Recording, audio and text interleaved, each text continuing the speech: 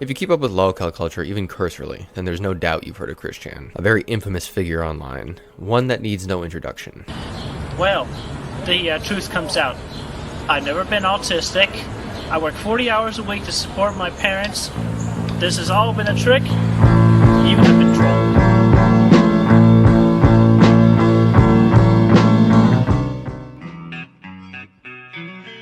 How, if you don't mind me asking, I know it's probably personal, you have to answer, but how is the sex?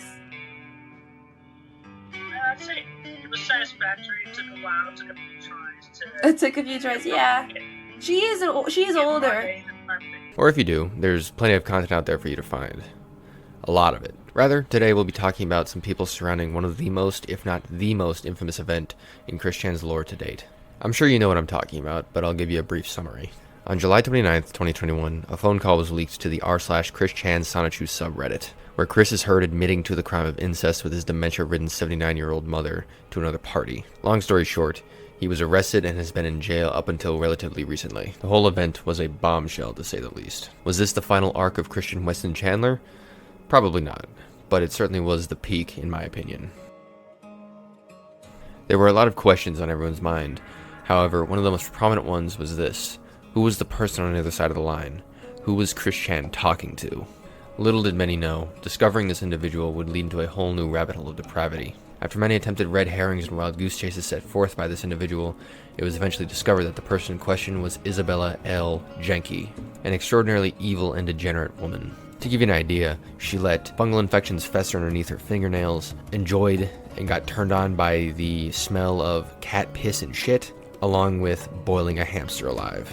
Of course, these are just a couple of things that she's guilty of.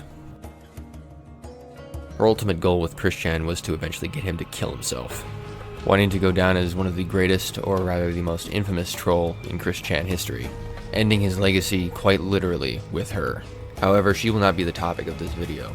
Rather, it'll be someone extraordinarily close to her, someone you wouldn't expect, a man whom holds a lot of power, wealth, and influence, a cybersecurity expert, and the co-founder and sitting chair of many cybersecurity-focused companies, among some others, and former SEAL Team 6 member Michael Anthony Janke, Isabella's father.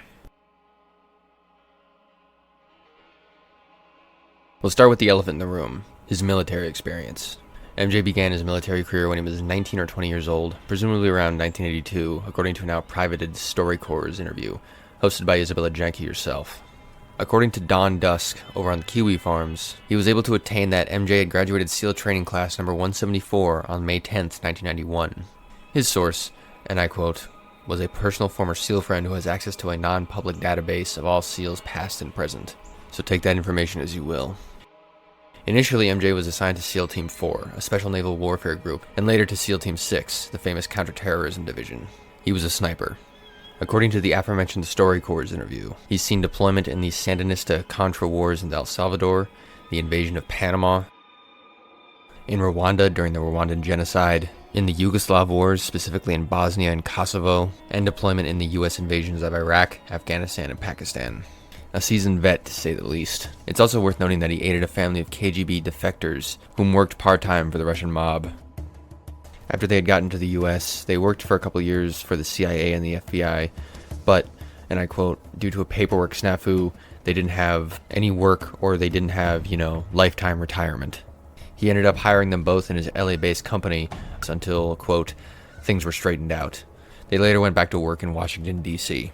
After his last 9 years in SEAL Team 6, MJ left and went to work for the U.S. intelligence communities. He left only after a year of service, stating, and I quote, I didn't like that very much.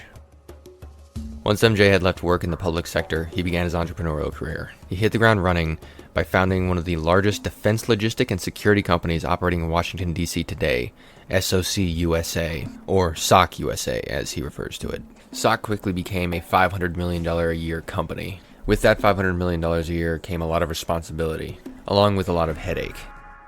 But look, I was a former Navy SEAL without a college degree. I had to learn the hard way. A company quickly became unfun, right? I'm testifying in front of Congress. I must have, 5 lobbyists. Our HR department was like 200 people. And I was like, I'm not the guy for this. MJ ended up selling SOC and then turned his focus towards Silicon Valley, specifically on the cybersecurity front. Because of the work he and his company were involved in, he was able to glean some pretty significant insight into just how insecure most digital communications were at the time. With this insight came the advent of Silent Circle, founded by both MJ and Phil Zimmerman, the creator of PGP. This company was made to solve a rather concerning problem, a problem that plagued both the consumer market and government agencies alike. And I saw a problem that wasn't being solved in Silicon Valley in cybersecurity. So you, as a company, working in these war zones for classified government, they would pull me in and say, here's a stack of paper we're sucking out of the air from your employees. Skypes to their wife, they're telling them where they're at. And I'm like, I can't do anything. There's no law because it's their own device. And surprisingly, the agency's like, yeah, we have the same problem. From this, Silent Circle created the Black Phone, a modified Android running a custom OS called Silent OS, an operating system primarily focused on security and privacy, not too dissimilar from things like Graphene OS today. The phone's commercial availability ran from 2014 to 2016, but was discontinued, likely due to disappointing financial performance. Silent Circle is still around, but MJ is no longer at its helm, its focus still lying with end-to-end encryption-based software.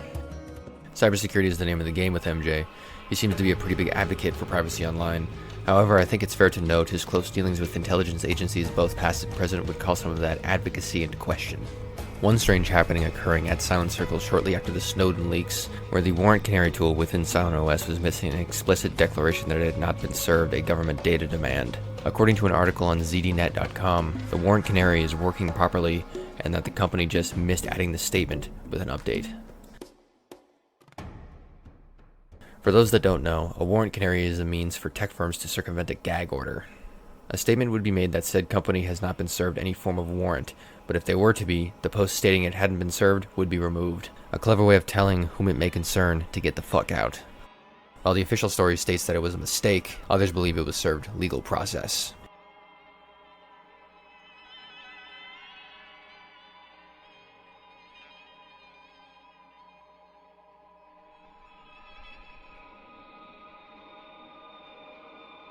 It's worth noting that Silent Circle was/is available for both the public and government agencies alike, MJ stating himself, the FBI is a customer of ours.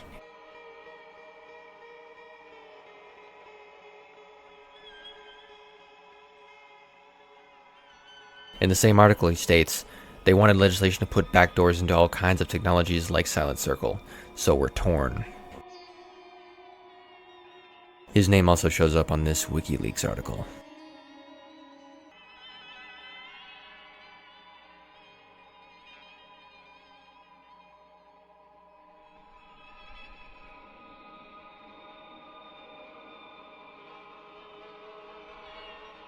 Although I aim to be as charitable as I possibly can be in this video, this information doesn't fill me with a lot of confidence that he has my security in mind, and it certainly doesn't make me want to buy a Black Phone. Nowadays, MJ mostly resides as a chair to many different companies. The one at the forefront is Data Tribe, a company specializing in helping tech startups. Along with being a current and/or former board member of Dragos, an industrial control systems and operational tech security company, OP2 Labs, a protein manufacturing company, MindBridge AI, a company specializing in financial risk assessment, Zona, a user access platform used for operational tech, Strider and Pavilion, both companies specializing in cybersecurity and threat prevention,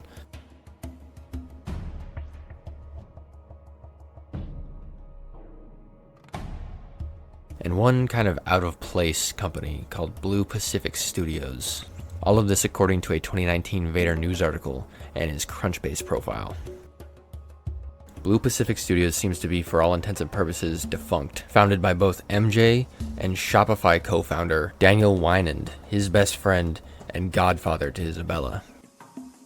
Although Blue Pacific Studios is readily mentioned on MJ's current and former website, along with many articles about him, there doesn't seem to be much information on the company in general.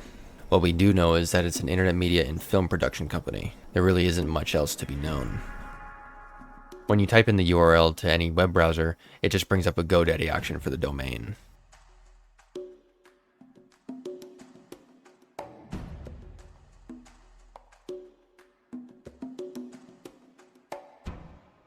A reasonable question to ask here is why would a couple of business titans, one of which prior to this company's founding headed a military defense and logistics company, found an internet media and film production company? It just seems very out of place.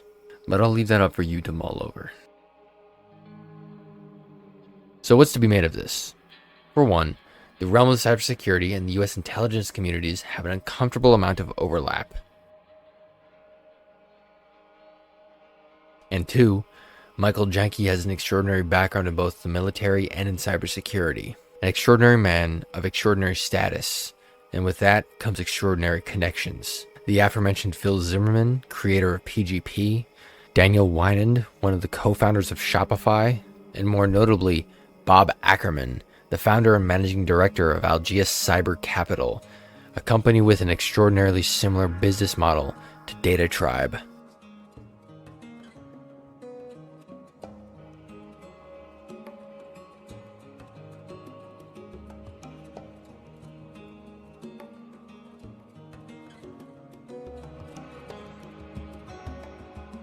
What he does or does not do with these connections is anyone's guess, and I'm going to make one here. Keep in mind that none of this is proven, and it's only speculation. Soon after the Kiwi Farms thread on Isabella went live, there were a series of sophisticated DDoS attacks targeting multiple layers of the Kiwi Farms network security all at once. Whereas, according to Null, the Kiwi Farms, prior to the Isabella Janke thread going live, was only experiencing more simple attacks, aimed to flood the network with illegitimate service requests, preventing legitimate traffic to the site. Coincidentally, at the same time, MJ's personal site was taken down, and the Story Archive interview was privated and now only exists in a transcribed form. However, as of the making of this video, a new version of his site, Startups and Hand Grenades, is still up, but with a notably different layout. Although these events are somewhat compelling happenstances, there is, as Null stated, no way to prove who conducted the attacks upon the Kiwi Farms that occurred on August 8th through the 9th of 2021. The Kiwi Farms has a lot of enemies, and it could have been any one of them. Even though I've made some heavy implications, I like to be charitable where I can be. There are plenty of other places other than the Kiwi Farms that are essentially posting many things of similar nature, namely on YouTube, that have far easier means of content removal, but have had no action taken against them thus far. There were, however, some instances of an account going by the moniker MJ defending Isabella, claiming slander and defamation at the height of the whole debacle, but there is no way to prove this was Michael Janke himself and not just some troll. Before I go into the speculation of why Isabella Janke may or may not have done these things, I want to briefly touch upon the topics of her mother and her stepmother. We'll start with the former. Athena D. Pettit, formerly known as Athena D. Janke, the ex-wife of Michael Janke and Isabella Janke's biological mother. Unlike her former husband and his current wife, she has no ties to any government agency or law enforcement. Rather, she boasts an impressive 30-year career as a commercial airline pilot, and seems to be an extraordinarily devout Christian woman. So much so, she wrote a master's thesis on, and I quote, J.R.R. Tolkien's The Lord of the Rings trilogy and the Christ symbolism of Samwise and Gamgee, that you can find on the Harvard Library Office for Scholarly Communications website. Her stepmother, on the other hand, is a bit more decorated. A clinical psychologist and former Secret Service agent, Dr. Mary Beth Wilkes Janke. Her bilingual experience in Spanish and English seems like it was a great catalyst in becoming a Secret Service agent. He goes, I'm calling to offer you a job with the Secret Service. And I swear I almost fell off the bed because at 10 months or 10 months in, I certainly wasn't expecting that was quick. Yeah, very. There I am.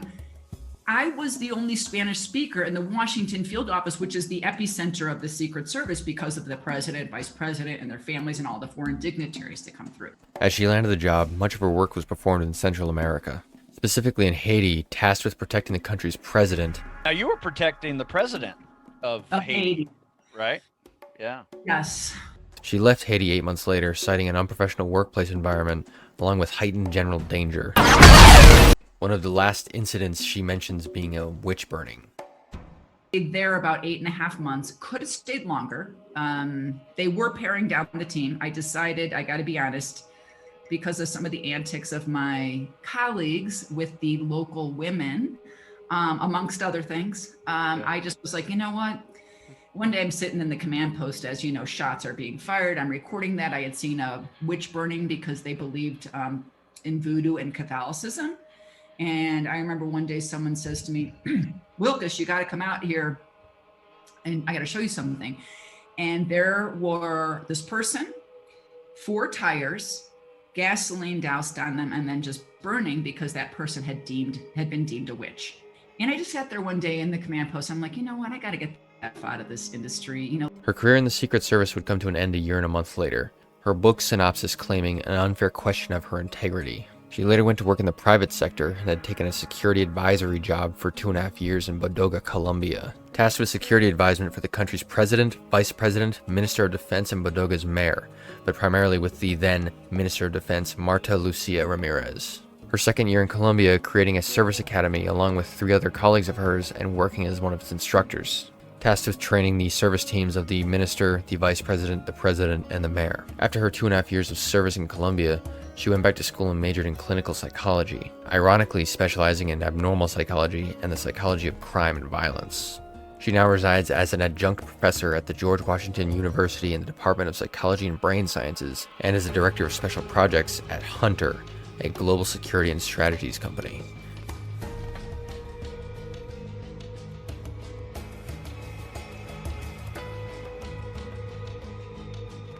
An extraordinarily accomplished woman, to say the least, but her girl bossy attitude gets really grating.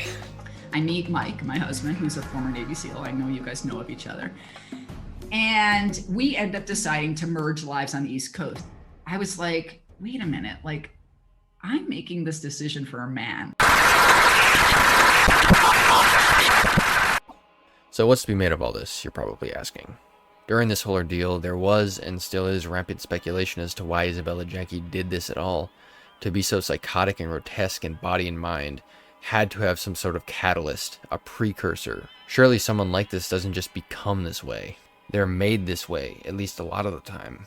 So a logical place to point to would be her home life, or her parental figures.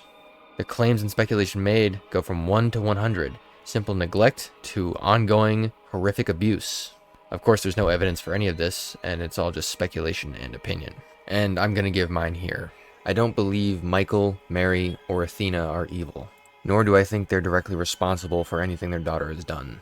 Although there isn't as much to point at with Mary and Athena, there is Athena's faith and Mary's love for animals. Although not indicative of being a good person in and of themselves, it is certainly a point in their corner, especially when in contrast to what their daughter has done. However, I believe that Michael Janke is indeed a good man. The evidence for this is in the transcribed StoryCorps document. Specifically 2 instances. The first where Michael recounts an incident just outside of Sedona, Arizona. We were driving and a woman about a mile ahead of us had gone off this hillside into a ravine, and her car had rolled, well, I don't know, 10 times into the ravine and was upside down. She had a broken leg, but it was leaking gas. And there was a bunch of cars up top and people taking pictures, but nobody went down into the ravine. So I went down, it was a Jeep Cherokee, broke the rear window, went in, cut her seatbelt off, drug her out, carried her up the hill, and the whole time she's screaming about a cat that's stuck in the car. And there's gas leaking and the thing is smoking. So you saved her life and her cat's life. I went down in, and the cat was all the way up towards the windshield and was hissing at me, and I was able to grab it, pull it out of there, go up top, and by that time an ambulance was on its way. I put her in a shock position, checked her leg and vitals. Her leg was broken in a couple places, but it wasn't arterial bleeding or anything. And the car never blew up. It just smoked and leaked gas. It's not like a movie. And the ambulance came and medics were all over her, and I got in the car and drove away. The second instance was his recount of witnessing mutilated children whom were the victims during the Rwandan genocide. And over and over and over again. Is that what your thoughts were when you saw the arms cut off and the Rwandan genocide of the children? What were you thinking when you saw the stumps of the arms put into the tar? Absolute anger and just anger. My anger was at everything. that how could people do this? How did it get to this situation? And how could anybody hurt a child? To me, these are not the hallmarks of an evil man, rather a good one. A man capable of taking life, but without a doubt saving it as well. So if not parental abuse, what could have caused their daughter to commit such heinous acts? In my opinion, there are people whom have been made evil, and that could be through many different means. But there are also people whom are born evil. In my opinion, I believe Isabella Loretta Janke is of the latter. I don't believe her parents are guilty of any sort of overt abuse.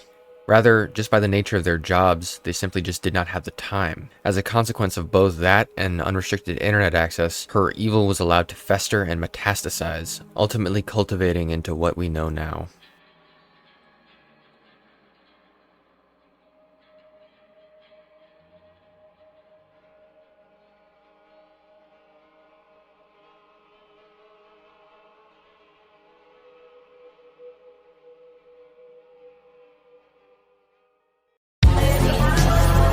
Hey, that's a CIA guy right there. FBI, right?